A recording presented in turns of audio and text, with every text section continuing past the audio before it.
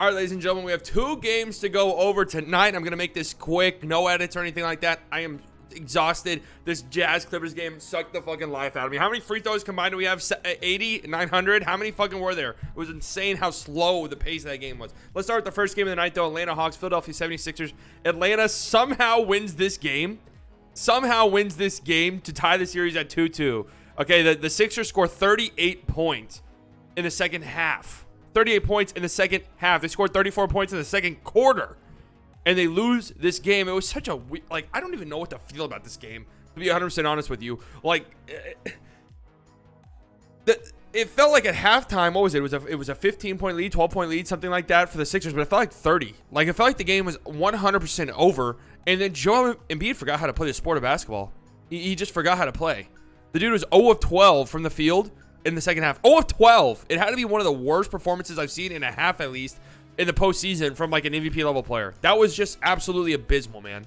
That was horrific. And it wasn't just that he was missing shots. And it wasn't like Clint Capella was patting himself on the back after the game for his defense. And Clint played fine defense. I thought Joel was just missing shots that Joel usually hits, especially there towards the end, a chance to tie the game. He blows that bunny of a layup, or take the lead actually with 18 seconds left, whatever it was. He blows that bunny. Like, that is a bunny for Joel Embiid, and he completely botched it. Completely botched it. It's just like, I don't know how I feel about this game. If I'm a Sixers fan, here's how I feel. Concerned. I'm concerned about Joel Embiid. 0 for 12, I don't think happens unless there is like some legitimate issues going on with the knee. And we know that there are some legitimate issues going on with that knee, but issues that are worrisome for me moving forward, right? Because he's been dominating the series up until this point. So now I'm worried that, him. But the thing is, like, he's on the fucking ground every other play. Every other play, Joel Embiid's flopping and falling on the ground with a torn meniscus. Like, somebody's got to pull him aside and say, hey, man, listen, it's not good for your knee to be on the floor as much as you are. Because this guy, again, he's flopping every other play. Every other play, he's on the ground. And that's what he was doing in the second half. It felt like he was, like, super frustrated or something. It felt like he was super frustrated, and he was just on the floor every other play trying to draw a foul.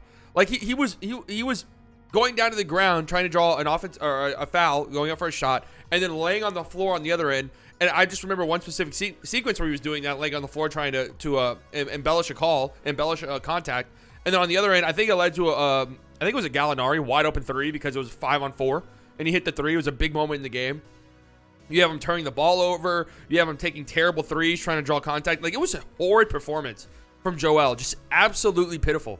And it's like, at the same time, though, I'm saying all this, and the Hawks won by 3 points. Like, I did not leave this game impressed by anything the Hawks did. It's similar to how I felt after game 1. Where it's like the Hawks had this great first half, and I was like, oh my God, this Hawks team, they're hot, dude. They can't miss anything. And then after the second half, I was like, I don't know, actually. That's how I feel about this one. The series is tied at 2-2. It's a best of 3 now. 2 of those games in Philadelphia, obviously. Trae Young did not have the best of night shooting, 8 of 26, but he did have 18 assists and 2 free throws, or 2 turnovers. So I thought that he played well. I honestly don't, I wouldn't say great. I think Trae Young played very, very well. And you got, like, you look at the players individually. I mean, as a team, they shot 36% from the field, 30% from 3, and they somehow won the game. Because mainly due to the part they only had 4 turnovers. And a lot of that has to do with how Trae Young initiated the offense and stuff like that. But you look up and down their team, like John Collins, 6 of 15. That's not good. Bogey, 9 of 24. That's not good. Even like Kevin Huerter, 4-10. That's not very good. Right? But Gallinari, 1 of 6. But it felt like I mean, nobody on their team shot well, really. Clint Capella, 6 of 9, but he's a center. Right? And then you had, I mean, that's literally it. That's literally it.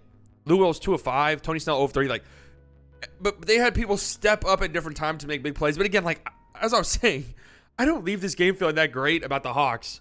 I'm just going to be real. Because if Embiid, forget not being terrible. If Embiid was just bad, the Sixers win this game.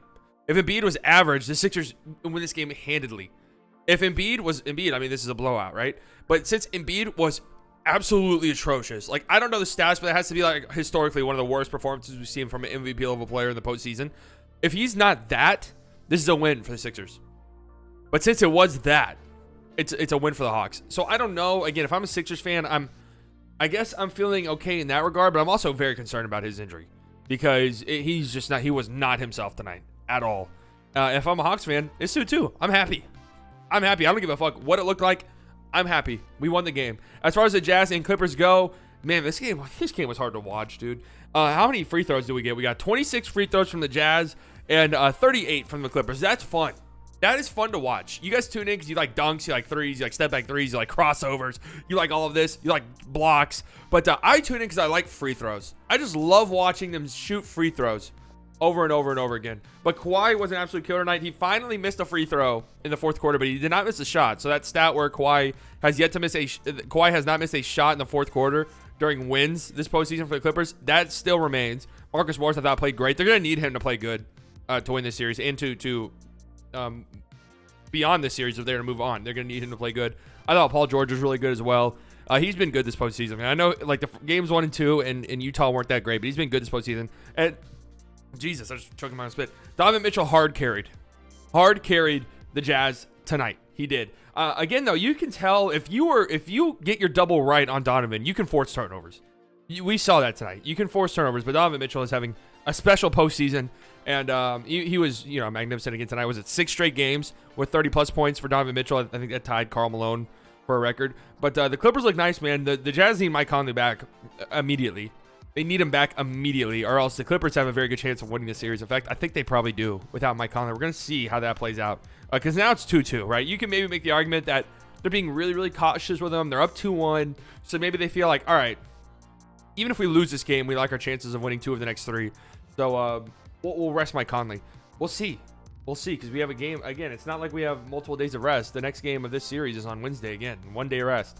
So we'll see if we see Mike Conley. But we did see this, though. We did see this. We did see this. Derrick Favors. That man had a family, Kawhi Leonard. He had a family, and you had to do that to him. Oh, God. Disgusting. That is a poster.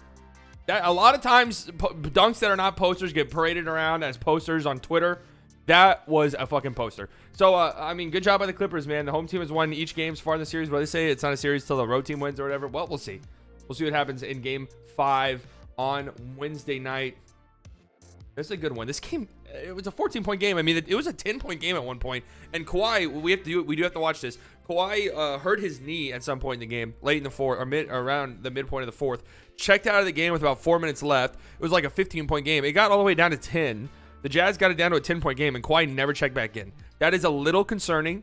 That is a little tiny bit concerning. So we'll see moving forward what the deal is with him, because obviously if Kawhi's out, well, I mean, the Clippers don't stand much of a chance. It'll just be more postseason series ruined this year by injuries. I mean, every single one has been affected by injuries. So we shall see. Sixers get the win, or Sixers lose against the Hawks somehow. I genuinely don't know how they lost this game. I really don't. And the Clippers get a huge win in Game 4 to tie that series 2-2. Both these series are now 2-2. We got a series. Every series left is 2-2. And then we have a game tomorrow night, 7:30 p.m. Central Time. I'll be going live at 7:15 Central Time. Bucks, Nets, Game 5. No Kyrie Irving. He's already been ruled out. No James Harden, more than likely. So it's a huge game. A huge game. A legacy game for Kevin Durant. That's what Son Damascus on Twitter will say. I'll never say a 32, however old Kevin Durant is. 32-year-old Kevin Durant is facing a legacy game in the conference semis when this dude is a multiple-time champion. So that's what we got tomorrow night, 7:15 p.m. Central Time. I will see you guys then. Hopefully we get a good game. Hopefully we get a good competitive game. I mean, guys, if the Nets don't... It just sucks with the injuries, dude, because if the reality is if the Nets don't win this year, the best team didn't win. Like, that's just the harsh reality. But with injuries, man, it's wide open. It really, really, really is. Tomorrow is a huge night. Huge, huge, huge night. I would damn near say this is a legacy game for Giannis. Like, if Giannis comes out and fucks around without Kyrie Irving, without James Harden, and loses this series, if those two don't play the rest of the series and Giannis loses, I don't know if he'll ever recover. I really don't. I'll talk to you guys tomorrow. See you guys then. Goodbye. Goodbye.